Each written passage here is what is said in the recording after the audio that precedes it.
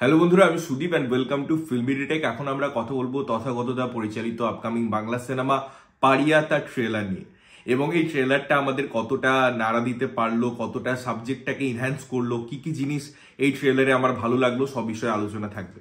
দেখুন, সাবজেক্টটা খুব ক্লিয়ার ছিল। এই যে স্ট্রিট ডগ যাদেরকে আমরা পারিয়াও বলে থাকি, তাদের কথা, তাদের হারিয়ে যাওয়ার গল্প, এবং বিভিন্ন পাচার চক্র থাকে যারা ব্রুটালিটি দেখায়, যারা কুকুর হত্যা করে, এবং বিভিন্ন জায়গায় এই যে কুকুরের মাংস বিভিন্ন ক্ষেত্রে বিক্রি হয়, এরকম আমরা অনেক সিনেমায় রেফারেন্স পেয়েছি।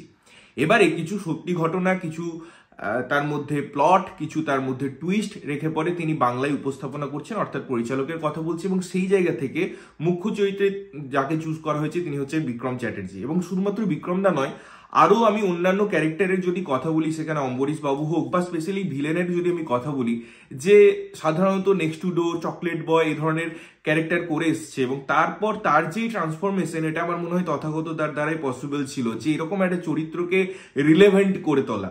এবং যখন তার একটা ডায়লগস আছে যে আমি এতগুলোকে কুকুর মেরেছি, এতগুলোকে কুকুর মেরেছি, ওই যে টেকটা এবং তার মধ্যে যে ভয়েস, যেভাবে সিনটাকে রিপ্রেজেন্ট করানো হচ্ছে, সেটা মারাত্মক। এবারে আমাকে যদি বলতে হয় ট্রেলারটা বেশ বড়, 3 মিনিটের কাছাকাছি ট্রেলার, এবং সেখানে তারা গল্পের অনেক কিছু জিনিস বলে দিয়েছে, এটা অস্বীকার করার জায়গা নেই। এবং আমি বলে দেওয়াটাকে খারাপভাবে নিচ্ছি না, বিকজ গল্পের থিমটা খুব ক্লিয়ার। বাট যে জার্নিটা আমাদেরকে এই সিনেমাটা দেখাবে, সেটা হচ্ছে এই সিনেমার মূল উপাদান, এটা আমি মনে করি। বিকজ এর মধ্যে যে ব্রুটালিটি আমরা দেখতে পাচ্ছি, যে নৃশংসতা দেখতে পাচ্ছি, যেভাবে সিনগুলোকে ডিজাইন করা হয়েছে, যেভাবে রক্ত আমরা দেখেছি, এরকম সাবজেক্ট নিয়ে বাংলা সিনেমায় আমার মনে হয় খুব কম কাজ করা হয়েছে, এবং এত ডিটেলড ম্যানারে। আমি যদি ট্রান্সফরমেশনের কথা বলি, তাহলে পরে বিক্রম চ্যাটার্জি তার যে লুক, তার যে ফিজিক, তার যে অভিনয়, তার যে ক্রাফট, সেটা এত সুন্দরভাবে প্রেজেন্ট করেছে, সেটা শুধুমাত্র ট্রেলারের মধ্যেই দেখা যাচ্ছে। এবং তার ওই যে ফেসিয়াল এক্সপ্রেশন, তার যে ডায়লগ, এবং ওই যে থাবায় ভোট দিতে পারে না, এইরকম যখন স্ট্রং ডায়লগ গুলো ট্রেলারের মধ্যে আসছে, তখন বোঝা যাচ্ছে যে এর পিছনে কতটা হোমওয়ার্ক আছে, কতটা ডিটেলড ম্যানারে সিনেমাটাকে প্রেজেন্ট করা হয়েছে, কত নিখুঁত ইনফরমেশন আছে। ওই যে একটা প্রাণীর দাম 50 টাকা, এবং শ্রীলেখা মিত্রের ক্যারেক্টারটা, একটা মেয়ে দেখানো হচ্ছে যে কুকুরের জন্য কাজ করতে চায়।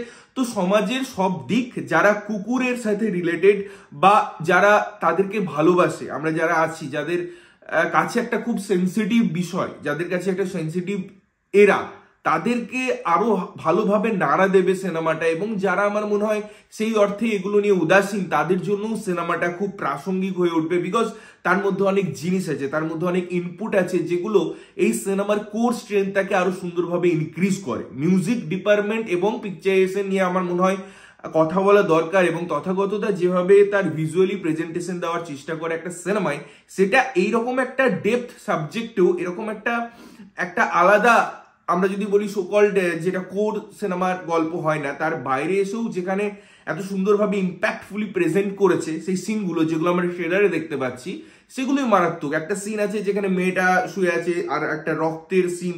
এই যে জিনিসগুলোকে এত সুন্দরভাবে ইনকর্পোরেট করা হয়েছে না, যেটা এই সিনেমাটাকে দারুণভাবে আমার মনে হয় হাইলাইট করে, তার প্রত্যেকটা ইনগ্রিডিয়েন্টকে, তার প্রত্যেকটা ডিপার্টমেন্টকে, এবং প্রত্যেকটা ডিপার্টমেন্ট খুব সুন্দরভাবে এসেছে। আমি যেমন বলছিলাম, এটা অনেকগুলো চরিত্রের সমাবেশ, এবং প্রত্যেকটা চরিত্রকে ট্রেলারের মধ্যে যদি ঝলকও দেখানো হয়েছে, সেই চরিত্রগুলো আপনার মনে থাকবে, এতটাই তাদের স্ট্রং এখানে পারফরমেন্স। এবং আমি বারবার করে বিক্রম চ্যাটার্জির নাম এই জন্য নিচ্ছি, বিকজ আমার মনে হয়েছে যে এই সিনেমাটা না একটা ফেস দরকার, একটা ফেসের দরকার ছিল, যে ফেসটা মধ্যে আমরা ওই ভালোবাসাটাও দেখতে পারবো, ওই অ্যাঙ্গারটাও দেখতে পারবো। এবং এই ইন্ট্রোডাকশনটা যেভাবে হচ্ছে, যে তাকে কেউ রাবণ বলছে, তাকে কেউ একটা দেখে ভয় পায়, এরকম একটা ব্যাপার বলছে, এবং সেই কথাগুলো, সেই ওয়ার্ডগুলো কিন্তু বিক্রম চ্যাটার্জির ফেসের সাথে, তার এক্সপ্রেশনের সাথে খুব সুন্দরভাবে ম্যাচ করছে। আমরা এই দুটো জিনিসকে একটা মেলবন্ধন হতে দেখছি, একটা ব্লেন্ড হতে দেখছি, যেটা দারুণ ওয়ার্ক করে। এবং বিক্রম চ্যাটার্জি নো ডাউট একজন দারুণ অ্যাক্টর, এবং